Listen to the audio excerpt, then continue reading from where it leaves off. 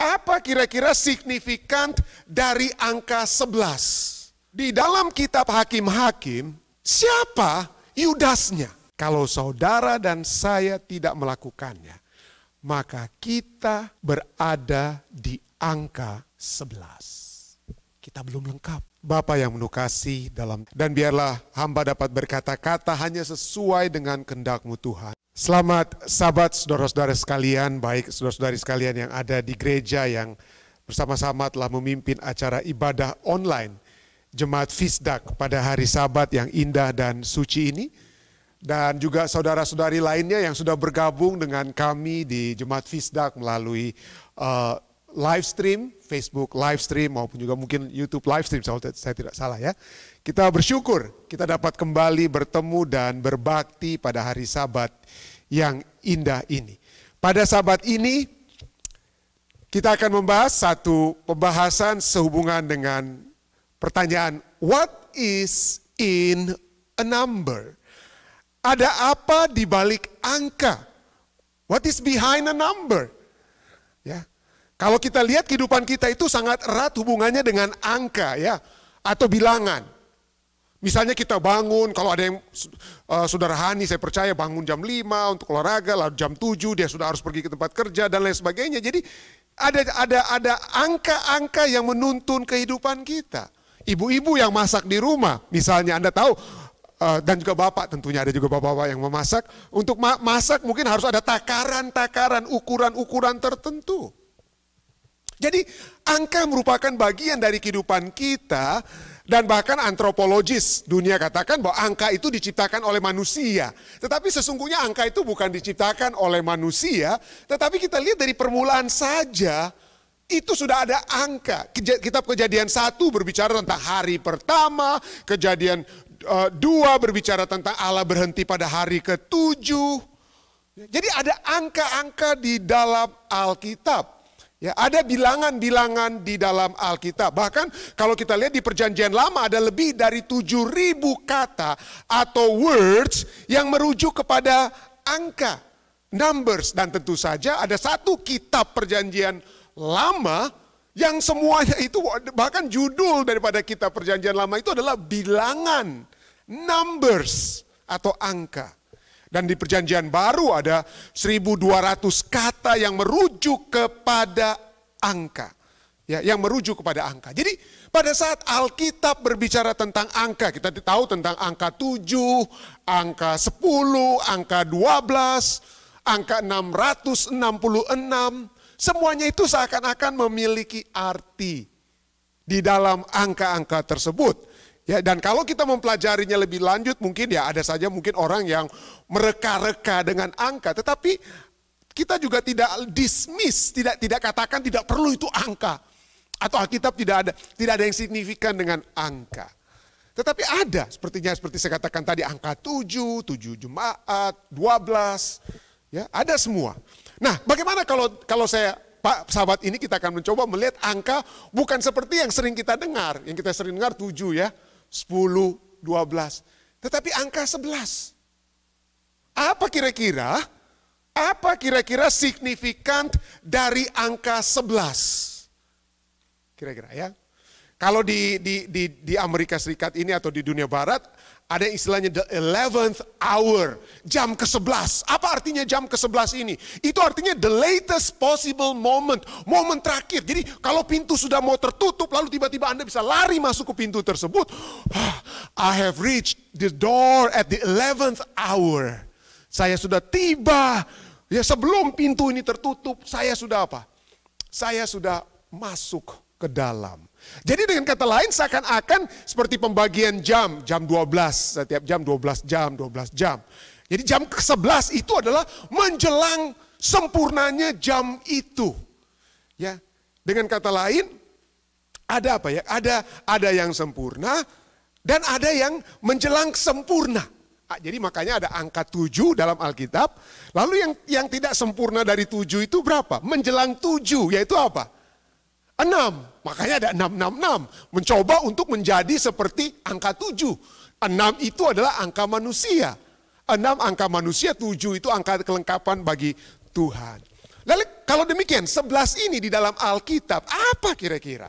Apa kira-kira arti 11 dalam kitab? Nah, kita akan fokus kepada kitab Hakim-Hakim. Kita fokus kepada kitab Hakim-Hakim karena ada yang cukup menarik. Di dalam kitab Hakim-Hakim ada 12-nya itu banyak. Misalnya ada 12 hakim-hakim. Dari kitab Hakim-Hakim ada 12 hakim-hakim. Di kitab Hakim-Hakim ada tentu saja 12 suku Israel. Ya, ada 12 hakim-hakim, ada 12 suku. Nah, apa yang kita bisa lihat angka 11 di dalam kitab Hakim-Hakim? Misalnya kita lihat, saya tidak tahu apakah ini memang bisa jadi satu petunjuk bahwa untuk menyatakan ada yang sedang kurang. Ada yang kurang di dalam kitab Hakim-Hakim. Mestinya 12, tetapi kenapa berhenti di 11? Ya, kenapa berhenti di 11? Yosua hidup selama 110 tahun, jadi 11 kali 10, Hakim-Hakim 28. Tentara pertama Gideon terdiri dari 11 orang, Gideon dan 10 hambanya. Gideon kemudian memulangkan 22.000 orang, itu 11 kali 2.000 itu 22.000 orang dari barisan tentaranya, Hakim-Hakim 7 ayat 3. Gideon menghukum 77 penatua, 11 kali 7, jadi 77 di Sukot. Jadi kelipatan-kelipatan dari 7, seperti angka 6, itu 666 itu kelipatan dari apa ya? Kelipatan dari 6 ya. Jadi ada 11, lalu apalagi selain ini, Yosua dan lain sebagainya. Berikutnya, Delilah disuap dengan 1.100 keping perak. Kenapa bukan 1.200? Kenapa tanggung sekali 1.100? Lengkapilah 1.000 aja. Kenapa harus dia disuap dengan 1.100 keping perak atau 11 kali 10 kali 100? Hakim-Hakim 16 ayat 5. Kenapa Mika memberikan 1.100 keping perak untuk tujuan penggunaan yang buruk atau salah, yaitu pembuatan patung sembahan dalam Hakim-Hakim 17. Jadi 1.100 itu sekali lagi 11 kali apa? 100. Lalu kenapa ada 11 suku berkumpul di Silo dalam satu klimaks yang mengerikan?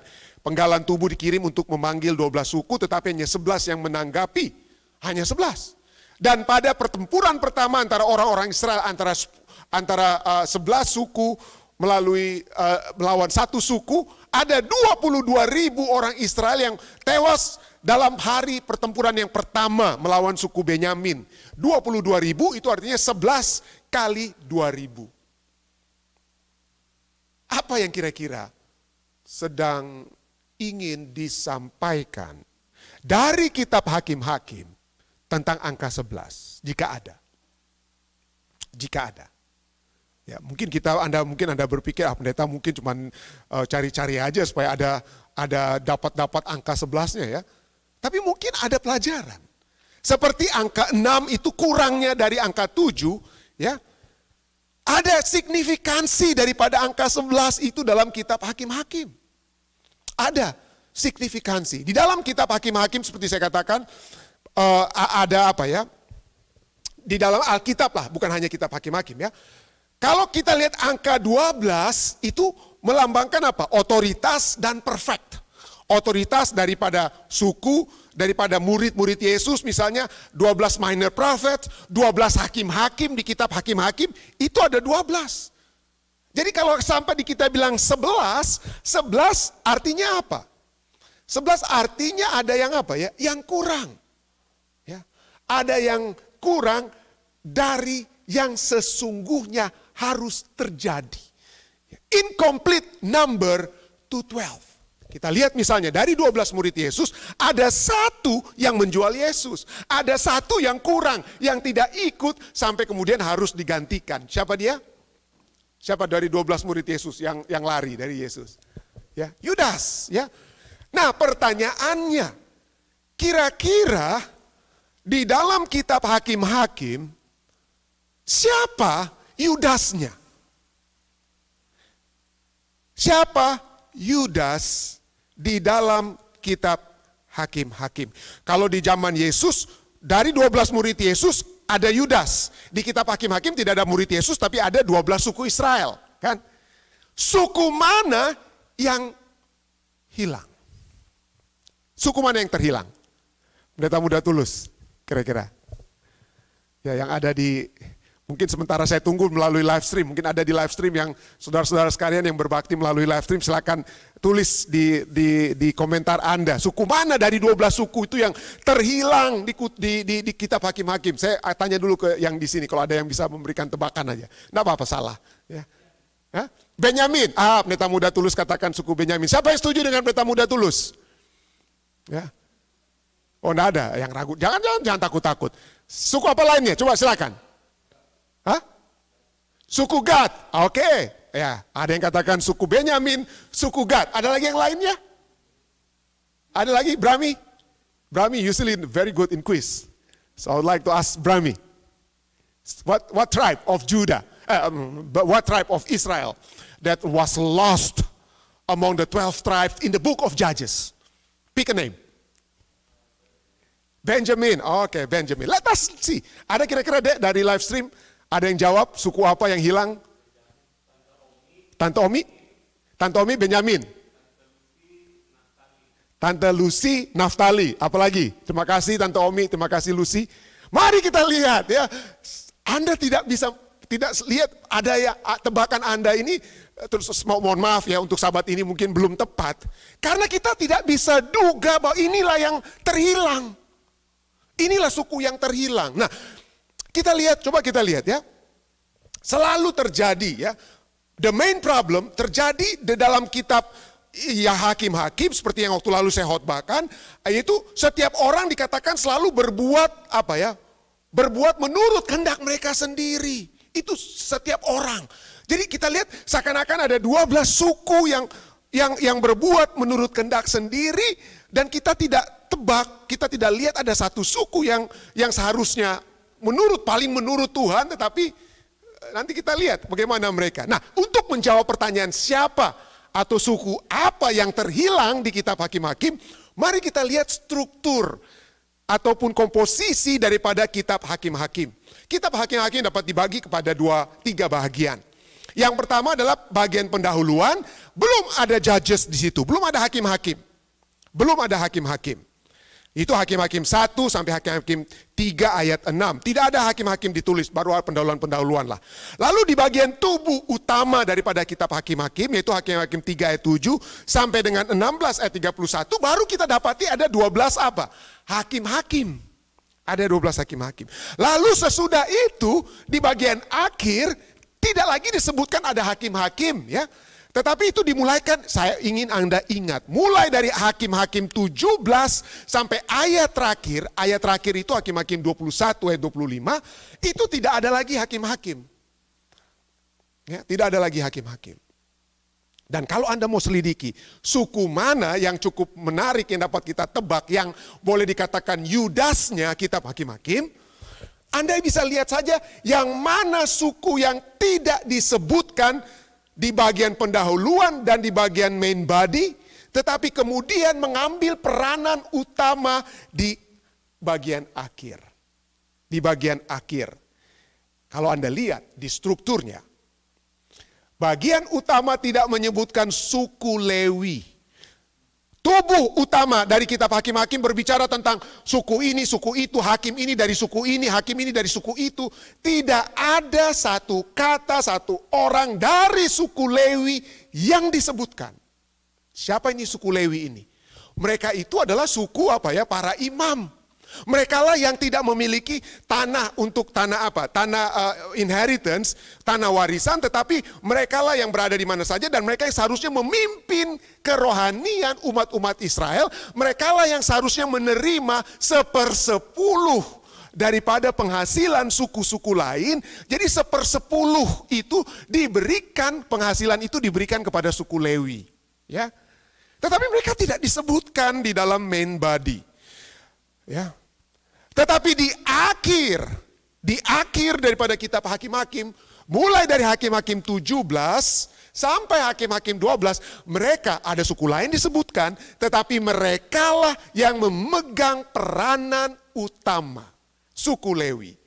Apa yang pegang peranan utama? Oh, mereka pendeta, mereka bikin kebangunan rohani, mereka memimpin bangsa Israel kepada satu kekuatan kerohanian yang bagus sekali. Oh tidak, saya salah ngomong tadi saudara-saudara, saya cuma lagi uji Anda.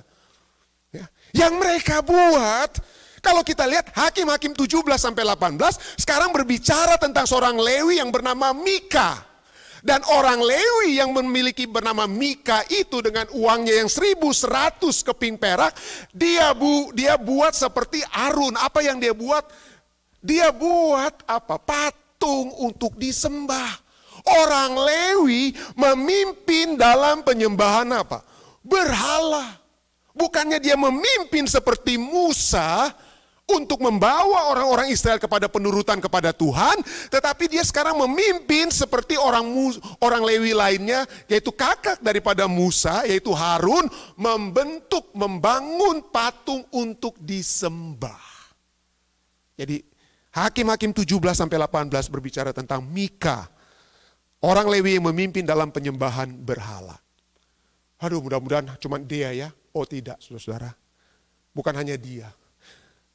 Ayat 3 Fatsal berikutnya, Hakim-Hakim 20-21 kembali berbicara tentang orang Lewi, tetapi sekarang dialah yang menjadi pemimpin atau penyebab di dalam satu kekerasan atau satu peperangan.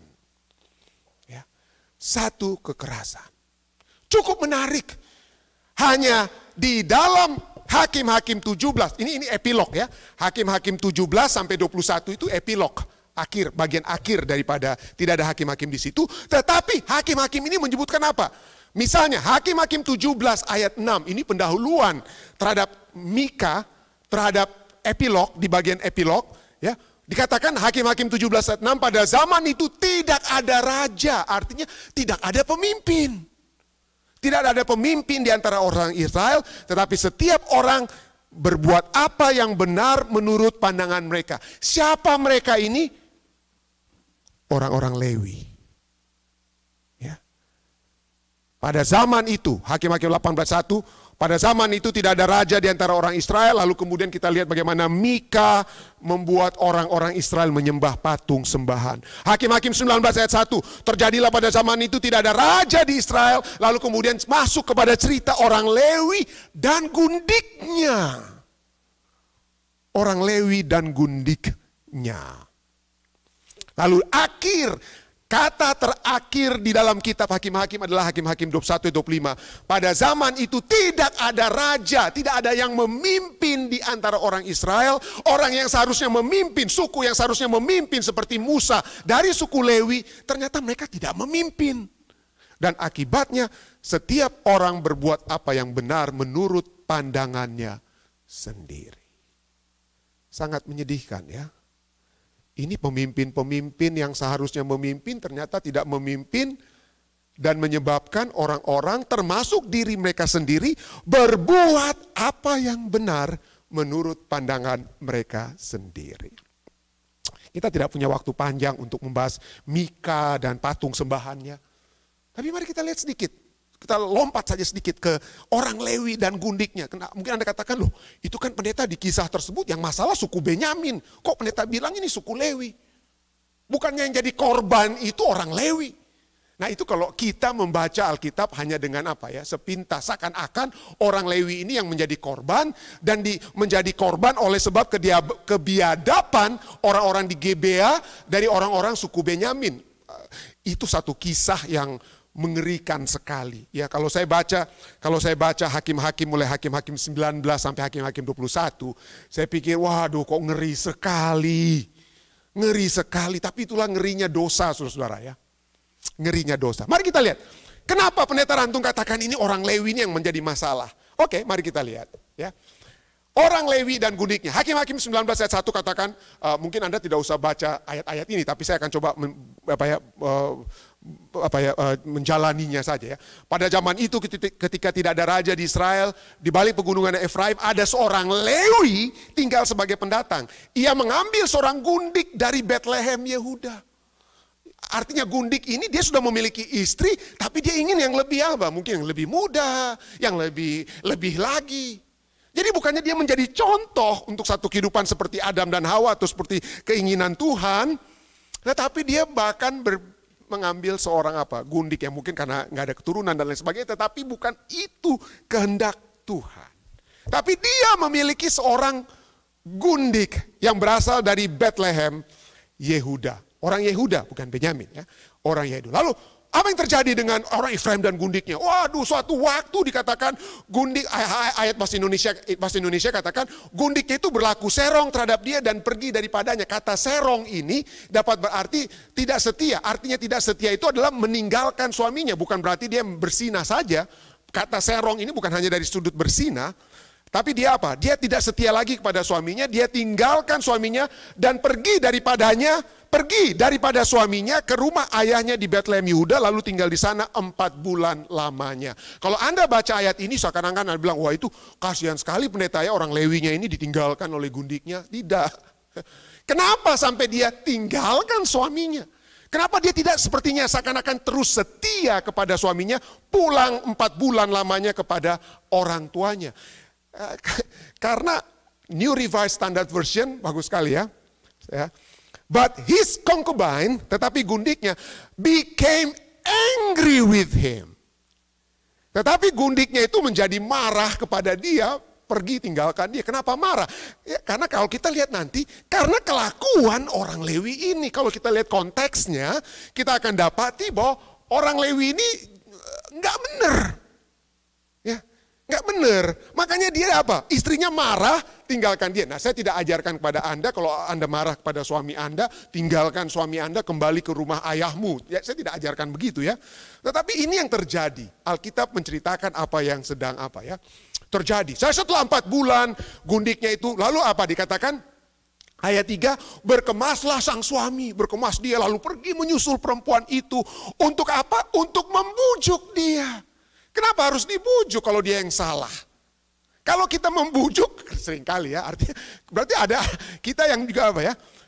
Kita untuk membujuk dia dan membawanya kembali. Dan dia bersama dengan bujangnya, sepasang keledai. Ya, dia pergi ke rumah ayahnya, lalu ayah daripada gundiknya itu senang sekali melihat apa? Melihat orang Lewi ini. Tapi coba kita lihat, bahasa Inggrisnya bagus sekali. New Revised Standard Version katakan, then her husband set out after her to speak tenderly to her and bring her back. Untuk berbicara lemah lembut. Bahasa Inggris yang kita bahasa Inggris lainnya katakan to speak unto her heart. Untuk mengambil kembali hatinya. Kenapa? Karena hati gundik ini telah disakiti oleh orang Lewi. Makanya orang Lewi itu pergi untuk mengambil kembali dia. To speak tenderly, to speak to her heart. To have a bonding again, untuk dapat apa? Bersama-sama kembali, ya, untuk bersama-sama kembali. Tetapi coba kita lihat apa yang terjadi, bonding lah. Apakah dia sekarang bonding? Apakah dia sekarang bersatu dengan hati istrinya? 5 hari dia tinggal di rumah apa? Ayahnya, ayah daripada wanita tersebut. Kenapa? Karena pertama 3 hari lamanya dia tinggal ya. Mereka apa yang mereka lakukan? Siapa mereka ini? Hanya ayah sang gundik dan orang Lewi ini. Apa yang mereka lakukan? Mereka makan, minum. Hari pertama, hari kedua, makan, minum, tidur. Makan, minum, tidur. Sampai hari keempat, ayahnya bilang, oh tinggallah 1 malam lagi. Makan, minum, tidur. Yang bonding itu, yang bersatu itu justru antara orang Lewi dan ayah daripada gundiknya. Buatlah hatimu gembira. Hatinya gembira dengan sang ayah, tetapi tidak dikatakan dalam ayat ini dia menggembirakan hati gundiknya. Dia tidak dikatakan dia menggembirakan hati gundiknya. Pada hari kelima akhirnya orang Lewi bilang, udah. Ayahnya katakan, ya mari kita makan, minum lagi. Oke, makan, minum lagi. Tapi sampai siang hari, sampai petang hari menjelang petang, lalu orang Lewi ini bilang, udahlah, saya nggak mau tinggal untuk malam kelima. Karena sudah cukuplah 4 malam di sini, sudah 5 hari di sini. Mari kita pergi ya, mari kita pergi. Lalu pergilah, ya matahari mulai menjelang, pergilah mereka. Mereka tidak mau lagi bermalam, lalu pergilah orang Lewi, bujangnya, dan apa? Gundiknya itu apa? Pergi. Ya, lalu dia pergi. Ya. Coba kita lihat. Selama 5 hari, makan minum antara orang Lewi dan ayah mertuanya, tidak dikatakan apa-apa tentang gundiknya. No gundik is involved. No concubine is involved. Ya. No words from the concubine or for the concubine. Tidak ada kata yang keluar dari si gundik atau untuk si gundik. Ya. Tidak ada kata keluar. Ya. Tapi kemudian mereka sudah pergi. Sekarang mereka pergi, lalu dalam perjalanan itu wah sudah mulai gelap. Lah sampailah mereka di daerah yang mirip berhadapan dengan Yebus ya, atau daerah Yebus tapi Yerusalem. Nah, saat itu Yerusalem itu belum berada di bawah orang-orang Israel. Nanti Yerusalem itu kemudian baru menjadi bagian orang Israel setelah Daud mengalahkan kota tersebut dan menjadikannya ibu kota daripada Israel. Tetapi saat itu pada saat mereka sampai di Yerusalem, apa dikatakan ya? Dikatakan ayat Hakim-Hakim 19:10 dia ada sepasang diucapkan lebih dahulu pada saat mereka sampai, apa yang dikatakan? Apa yang lebih dulu diutamakan di sini? Pada saat mereka sampai di Yerusalem, perkataan yang ditulis dalam Hakim-Hakim 19:10 ya. Demikian sampailah ia di daerah yang berhadapan dengan Yebus, itulah Yerusalem. Bersama-sama dengan dia, orang Lewi ini, siapa yang lebih disebut? Gundiknya, karena dia diistimewakan ya, jadi gundiknya itu yang diutamakan ya. Oh, siapa yang diutamakan lebih dahulu di sini? Bersama-sama dengan dia ada sepasang keledai yang berpelana dan gundiknya juga. Gundik itu jadi seperti penyerta, pelengkap, penderita. Gundik itu menjadi seperti pelengkap penderita bagi orang Lewi ini bersama-sama dengan apa? Keledai, sepasang keledainya. Dan itu bukan hanya satu kali ini ya. Nanti kita akan lihat. Lalu kemudian sang orang Lewi bilang, jangan kita tinggal di tempat orang Yebus ini, Yerusalem ya. Kita tidak akan singgah, ini orang asing. Kita nggak mau tinggal dengan orang asing. Mari kita pergi ke orang kita sendiri. Mari kita pergi ke orang kita sendiri. Karena dia pikir tinggal dengan orang asing berbahaya. Berbahaya, orang asing ini nanti bikin suka-suka kepada kita, bikin hal yang jahat. Jadi jangan tinggal, jangan bergabung dengan orang asing. Mari kita pergi ke daerah kita sendiri. Dan betul, pergilah mereka. Pergilah mereka sampai mereka tiba di Gibea, kepunyaan suku apa? Benyamin. Oh, mereka pikir aman kita di sini. Ini bukan orang asing, ini orang satu darah satu daging dengan kita ya. Tapi mereka tunggu di alun-alun, semua menjelang malam. Belum ada orang yang undang mereka. Biasanya di zaman dahulu kalau Anda orang asing di alun-alun, orang lihat biasanya orang akan apa? Undang Anda tinggal di rumah Anda. Tetapi tidak ada saat itu. Sampai kemudian datanglah seorang tua. Kenapa orang tua itu juga sebenarnya dia seorang pendatang dari tempat berasal yang sama dengan orang Lewi itu, jadi di pegunungan Efraim. Ya, di pegunungan Efraim. Dia datang, dia lihat, kemana kalian mau pergi? Dari mana kalian datang? Orang tua itu bertanya kepada orang Lewi ini. Oh, lalu kemudian ini jawabnya. Ya, kami dalam perjalanan, kami dari Bethlehem. Ya, kami dari Bethlehem ingin kembali ke Efraim. Jadi kita sudah lihat, dia dari Efraim pergi ke Bethlehem dan sekarang dari Bethlehem kemana? Kembali ke Efraim. Efraim itu tempatnya Samuel, sedangkan Bethlehem itu tempatnya Daud. Ya, jadi cukup menarik. Daud diangkat jadi raja oleh Samuel yang dari Efraim ya. Karena dari sanalah aku berasal. Ya, tapi dikatakan tetapi tidak ada orang yang mengajak kami ke rumahnya. Walaupun, ini coba kita lihat ayat yang ke-19. Walaupun ada pada kami jerami dan makanan untuk apa? Untuk apa? Keledai kami, ya, pula roti dan anggur untuk aku sendiri dan untuk hambamu perempuan itu. Dia bukan bilang istriku. Sebelumnya dikatakan dia menginap di rumah ayah mertuanya. Seakan-akan mereka itu walaupun gundik tapi sudah apa? Resmi seperti suami istri. Tetapi pada saat sang orang Lewi berbicara kepada orang tua itu, dia bilang seakan-akan gundiknya atau istri keduanya itu adalah hamba. Ya. Hamba perempuan. Ya. Lalu orang tua itu kata, oh jangan khawatir. Sehingga tinggallah dengan aku, jangan tinggal di tanah lapang. Ya. Jangan tinggal di tanah lapang. Dan kita tahu kisahnya, pada saat mereka masuk ke rumah orang tua tersebut, ayat Alkitab katakan dikasih makan dulu apa? Keledainya kasih makan, baru apa? Setelah mereka keledai makan, ya, lalu mereka pun makan. Mereka menggembirakan hatinya. Tetapi sementara mereka menggembirakan, datanglah orang-orang suku Benyamin yang ada di Gibea, ketok pintu. keluarkan katanya. Bawalah keluar orang yang datang ke rumahmu itu supaya kami pakai dia. Pakai apa ini? Bahasa Inggrisnya to know him. Ya. To know him seperti Adam mengetahui istrinya Hawa. Artinya apa ini? Ya. Untuk disodomais. Itulah. Ya. Yang mereka dicari, yang dicari oleh orang-orang di Gibea, orang-orang Benyamin itu adalah orang Lewi ini. Untuk kami pakai. Lalu sang tuan rumah, orang tua ini katakan, oh saudara-saudara jangan berbuat jahat. Janganlah kamu berbuat noda ini.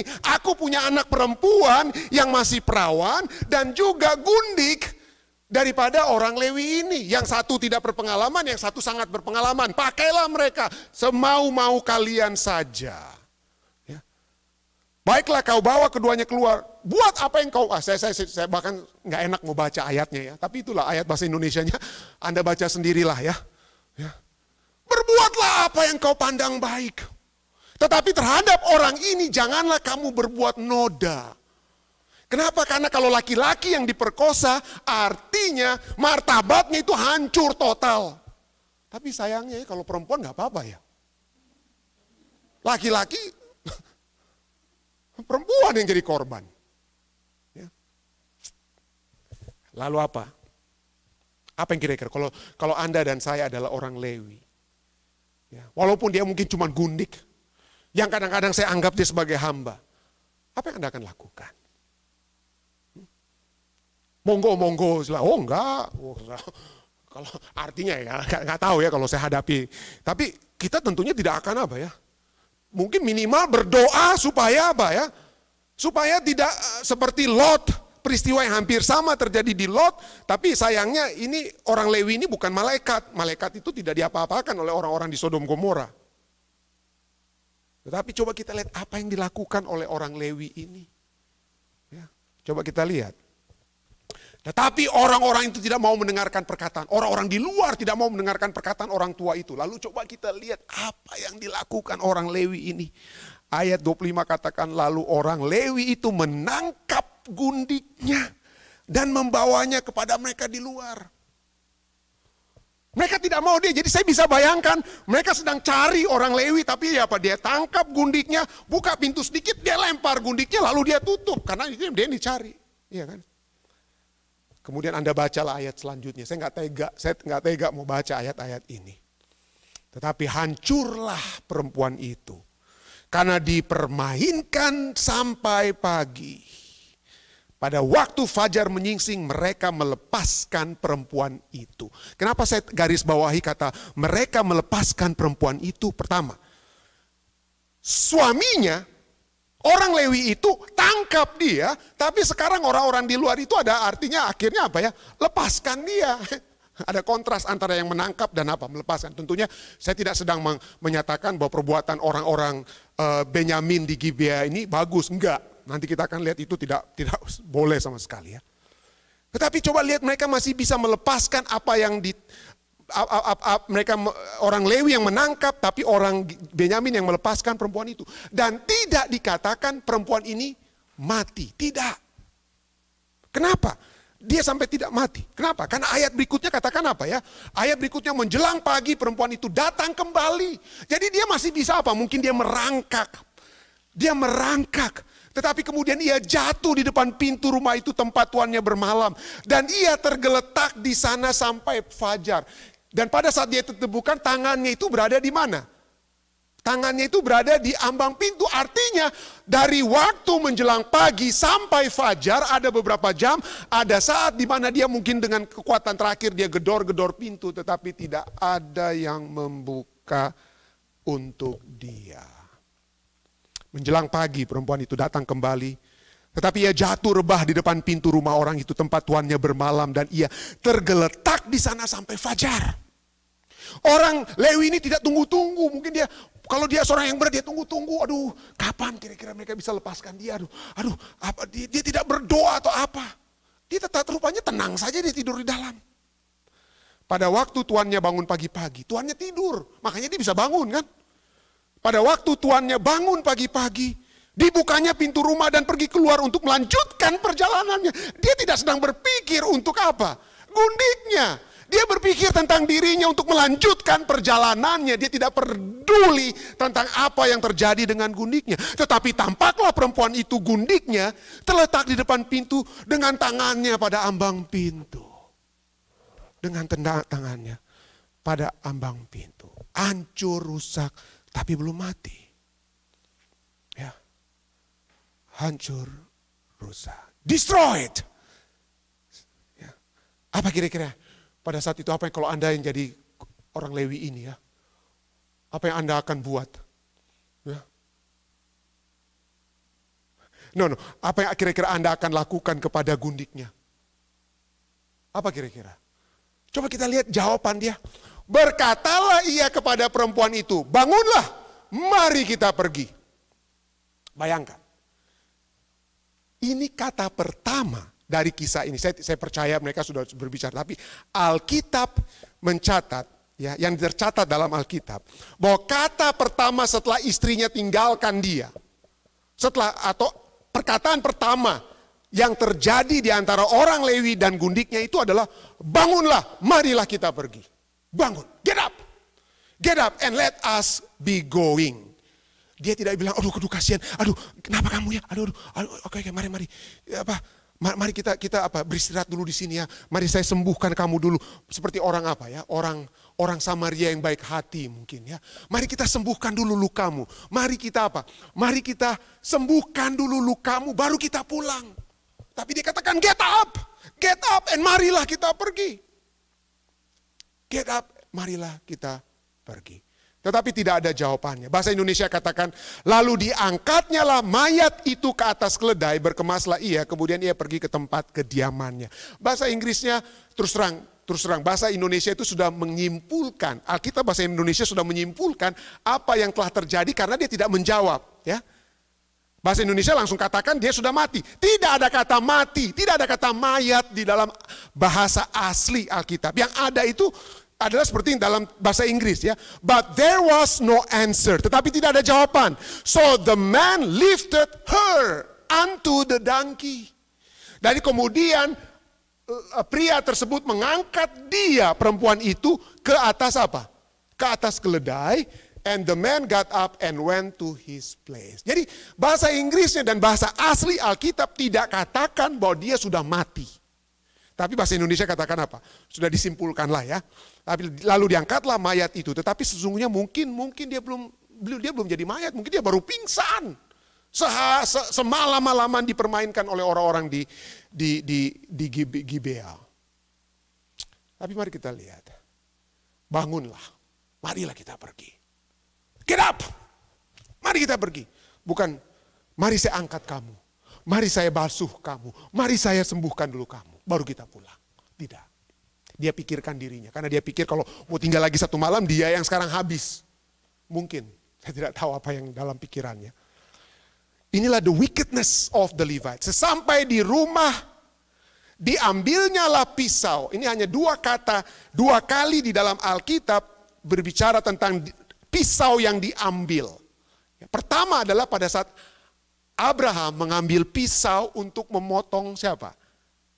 Ishak. Ya. Itu kali pertama. Kali kedua, yang pertama tidak jadi, yang kedua jadi. Dia ambil pisau, dipegangnya lah kata yang sama, yang seperti dia katakan dia pegang gundiknya lalu dia lempar keluar, kata yang sama, grasping, dia pegang, lalu dia apa? Bukannya yang pertama tadi dia lemparkan keluar kepada orang di Gibea, tapi sekarang dipegang yang pertama untuk diperkosa dengan kata lain oleh orang-orang Gibea, tetapi pemegangan kedua supaya tubuhnya dipotong-potong. Tubuhnya dipotong-potong menurut tulang-tulangnya menjadi 12 potongan, lalu dengan FedEx dikirimkannya ke seluruh daerah orang Israel. Saya tidak tahu kapan dia matinya. Tetapi kalau dipotong-potong sampai 12, so pasti mati ini. Ya. Dipegangnya lah mayat guni. Bahasa Indonesia katakan mayat. Tapi bahasa Inggrisnya, grasping his concubine. He cut. Kenapa harus tetap dipegang? Mungkin masih gerak dikit, mungkin baru dia apa? Dia potong. We don't know. Lalu tentu saja setelah dikirim ke seluruh daerah orang Israel, Orang-orang syok, tidak pernah terjadi seperti ini. Lalu datang mereka berkumpul. Begitu besar banyaknya orang-orang Israel datang berkumpul. Lalu bertanya kepada dia, ya, apa yang terjadi? Tell us what has happened. Lalu coba kita lihat apa yang dikatakan oleh orang Lewi ini. Hakim-Hakim 20 ayat 4-6. Lalu orang Lewi, suami perempuan yang terbunuh. Dikatakan sini bukan lagi gundik tapi suami ya. Suami perempuan yang terbunuh itu menjawab, aku sampai dengan gundikku di Gibea, kepunyaan suku Benyamin untuk bermalam di sana. Lalu warga-warga kota Gibea itu mendatangi aku dan mengepung rumah itu pada malam hari untuk menyerang aku. Ya. Mereka, apa maksud mereka?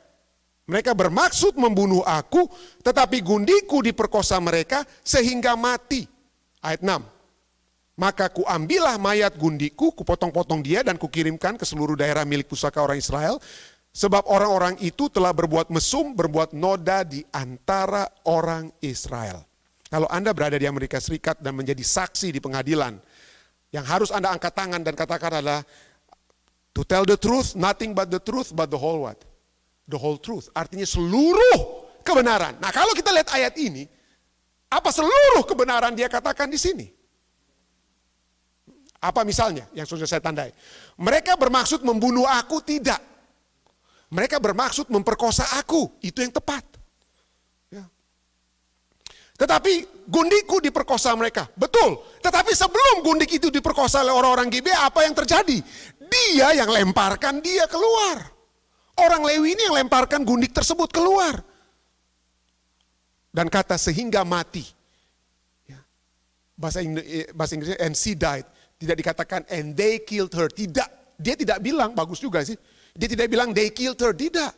Betul. Ya, gundikku itu diperkosa mereka. Betul itu dia, tetapi dia, yang salahnya dia tidak katakan dia yang lempar. Tapi dia juga pada saat dia katakan sehingga mati, dia tidak katakan bahwa dia tidak mati. Gundik tersebut tidak mati setelah dia apa? Dipermainkan sepanjang malam. Jadi ada dusta. Ada hal yang disembunyikan. Ada hal yang disembunyikan oleh orang Lewi ini dengan tujuan apa ya? Sehingga orang-orang di Gibea atau orang-orang Benyamin itu dapat dihantam oleh orang-orang Israel. Gantinya menjadi pembawa damai. Tetapi orang Lewi ini menjadi pembawa peperangan. Dan kita tahu akibatnya. Terjadilah perang yang begitu hebat. Kita bisa baca itu di dalam kitab Hakim-Hakim pasal 20 dan 21. Di permulaan 400.000 orang Israel. Hari pertama bertempur dengan orang Benyamin. Berapa banyak orang Benyamin? Cuma 26.700. Berapa persen ini? 26.700 dibanding 400.000. Lebih dari 10%? No. 5% juga, ya, lebih sedikit dari 5%, 6-7%. Tetapi yang 7% ini mengalahkan orang Israel di hari pertama. 40.000 orang Israel mati di hari pertama. Ya. Di peperangan, di permulaan, di hari pertama dan hari kedua. Hari pertama 22.000 orang, hari kedua 18.000 orang mati. Bayangkan, 1/10 tentara Israel dari suku-suku yang lain ini 1/10 mati. Karena orang-orang Benyamin tangan kidal ya. Jago panah ya. Mati. Kok 1/10 ya? Kenapa bukan 11, 15% atau 5%? Karena 1/10 itu seharusnya itu adalah persembahan yang diberikan kepada orang Lewi. Bukan persembahan tubuh manusia, tapi persembahan mungkin hasil-hasil panen. Tetapi pada saat ini 1/10 orang Israel yang mati. Ya. Kenapa? Karena mungkin ada salahnya juga. Ada hal yang salah, ada pelajaran yang Tuhan mau berikan. Tetapi kita tahu akhirnya. Di akhir daripada peperangan tersebut, dari 26.700 orang Benyamin ini, hanya 16 orang yang hidup. Hanya 16 laki-laki dari seluruh suku Benyamin yang masih apa? Hidup. Ya. Tapi kalau kita lihat siapa yang menang, siapa yang kalah di sini. Sama-sama kalah, sama-sama rugi. Kenapa? Kenapa sampai bukankah mereka bagus menghukum orang Benyamin? Ya. Bukankah mereka bagus untuk hukum orang Benyamin? Apa masalahnya ke-12 suku ini? Ya. Well, ayat Alkitab sudah katakan pada zaman itu tidak ada raja di antara orang Israel. Setiap orang berbuat apa yang benar menurut pandangannya sendiri. Saya katakan sama-sama kalah. Kenapa? Karena orang Benyamin, orang-orang Benyamin dari Gibea dan seluruh suku Benyamin, mereka mencoba untuk apa? Dan bukan hanya pertama-tama mereka mencoba untuk sodomais itu orang Lewi, dan kemudian mereka mempermainkan gundiknya, memperkosa dan mempermainkan gundiknya semalam suntuk. Dan Anda tahu bahwa itu adalah satu hal yang merupakan kekejian bagi Tuhan. God prohibit rape and sodomy. Firman Tuhan cukup jelas. Makanya matilah juga orang-orang Benyamin, tersisanya 600.000. Bagaimana dengan orang-orang Israel? Oh, tentu saja orang Lewi kita sudah pelajari tadi ya. Dia berdusta. Dia kalau saja dia menyatakan ke seluruh kebenaran, mungkin tidak akan terjadi peperangan yang besar tersebut. Tetapi kita lihat di sini orang Israel yang berperang juga itu sampai 10% dari antara mereka 40.000 orang mati. Itu juga karena mereka melanggar firman Tuhan, ya, melanggar tidak menurut kepada hukum Tuhan. Apa itu hukum yang mereka langgar? Hukum yang mereka langgar adalah kalau mereka mendapatkan kesalahan harus ada 2 atau 3 saksi untuk menjatuhkan keputusan. Pertanyaannya, kenapa mereka tidak panggil orang tua yang ada di Gibea untuk mencari tahu apa yang terjadi sesungguhnya? Kenapa mereka tidak bertanya kepada bujang orang Lewi ini tentang apa yang sesungguhnya terjadi sebelum terjadi peperangan di antara mereka? Dengan kata lain, orang-orang Israel itu juga kalah. 40.000 orang di peperangan pertama, hari pertama dan kedua mati. Karena mereka tidak menurut firman Tuhan untuk mendapatkan saksi terhadap apa yang sesungguhnya terjadi. Pelajaran bagi kita semua. What went wrong? Apa yang salah? Karena tidak ada yang menurut firman Tuhan. Tidak ada penuntun. Tadinya kitab Hakim-Hakim kalau kita lihat diakhiri dengan kata pada zaman itu tidak ada orang yang menurut. Tidak ada yang menurut aturan. Segala orang semuanya melakukan apa yang benar di mata mereka. Kenapa? Hakim-Hakim 2 di permulaan kitab Hakim-Hakim sudah menyatakan pada masa Yosua dan pada masa pemimpin-pemimpin kepala-kepala suku lainnya yang hidup dalam kebenaran, bangsa itu beribadah kepada Tuhan. Tetapi setelah mereka mati dikatakan angkatan yang lain yang kemudian muncul tidak mengenal Tuhan atau tidak mengenal perbuatan yang dilakukan Tuhan bagi orang Israel. Tidak beribadah dikatakan sini ya. Tidak memiliki satu pengalaman dan itu yang terjadi. Musa sudah amarkan kepada Yosua dan orang Israel. Inilah perintah, Ulangan 6 ayat 1, ayat 6 dan 7. Inilah perintah, yakni ketetapan dan peraturan yang aku ajarkan kepadamu atas perintah Tuhan Allahmu. Untuk dilakukan di negeri kemana kamu pergi untuk mendudukinya. Jangan berdusta, harus ada saksi kalau apa. Kalau mau cari kebenaran harus ada saksi. Jangan sodomais orang, oh itu tidak boleh semua. Semua sudah dinyatakan. 5 kitab Musa sudah sangat lengkap. Orang Lewi juga sudah dinyatakan ketetapan dan peraturan sebagai pemimpin-pemimpin. Mereka lah yang harus memimpin kerohanian. Semua sudah dinyatakan. Tetapi ayat 7 yang harus dikatakan apa ya? Haruslah engkau mengajarkannya berulang-ulang kepada anak-anakmu. Tetapi ternyata mereka tidak mengajarkannya kepada anak-anak mereka. Lupalah mereka. Dan mereka melakukan apa yang benar di mata mereka. Dan Alkitab sudah menyatakan dari kitab Kejadian pada saat kita melakukan segala sesuatu dengan menurut pandangan mata kita sendiri, mata duniawi kita, maka seperti Hawa yang melihat buah, kacau dunia.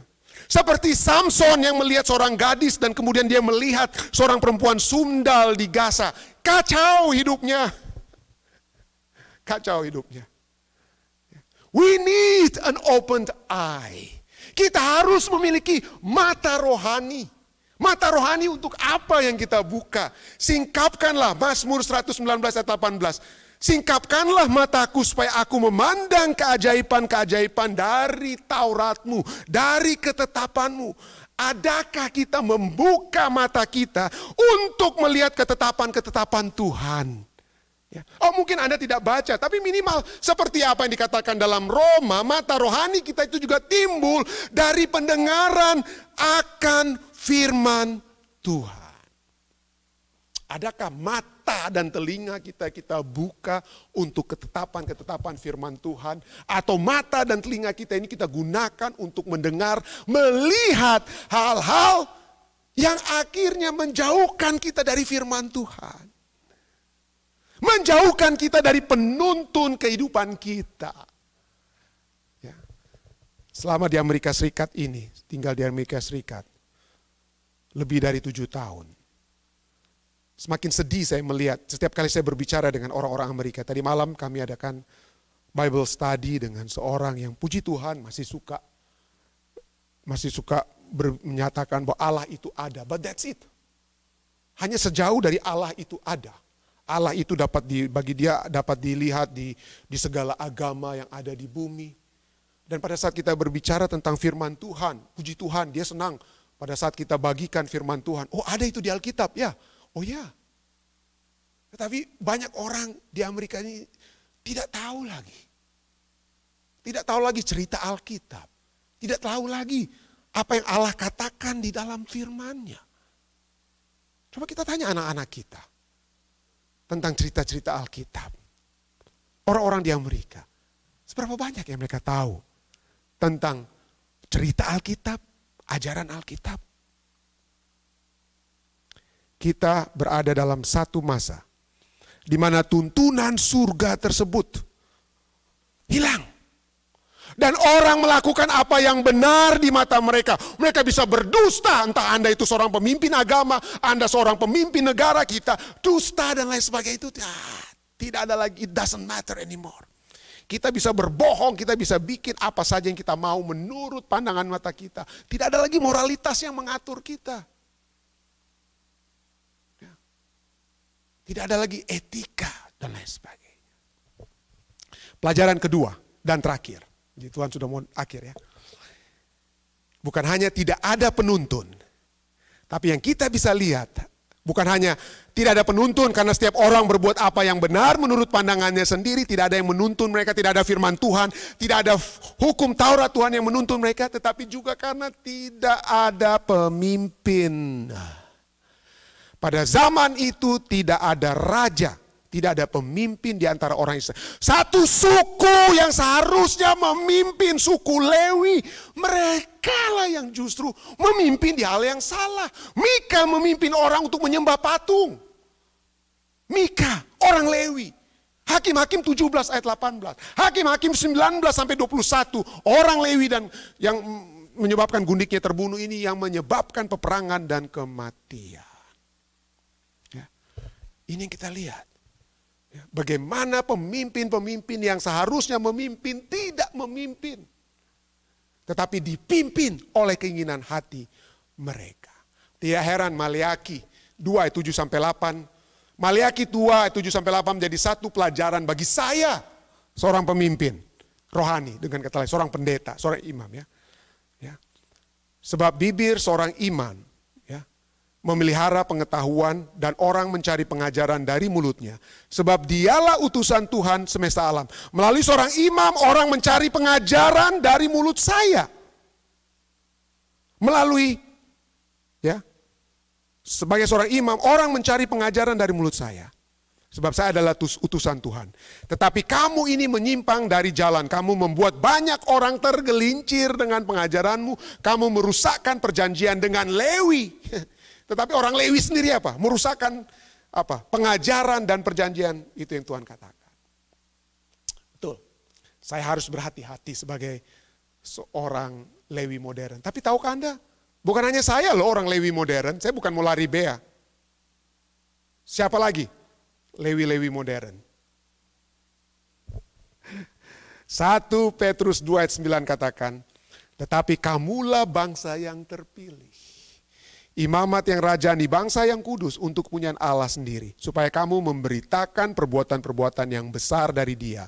Yang telah memanggil keluar dari kegelapan kepada terangnya yang ajaib. Siapa mereka ini? Saudara-saudara semua. Kita semua. Suami, istri, ayah. Adakah kita mengajarkan kepada anak-anak kita firman Tuhan?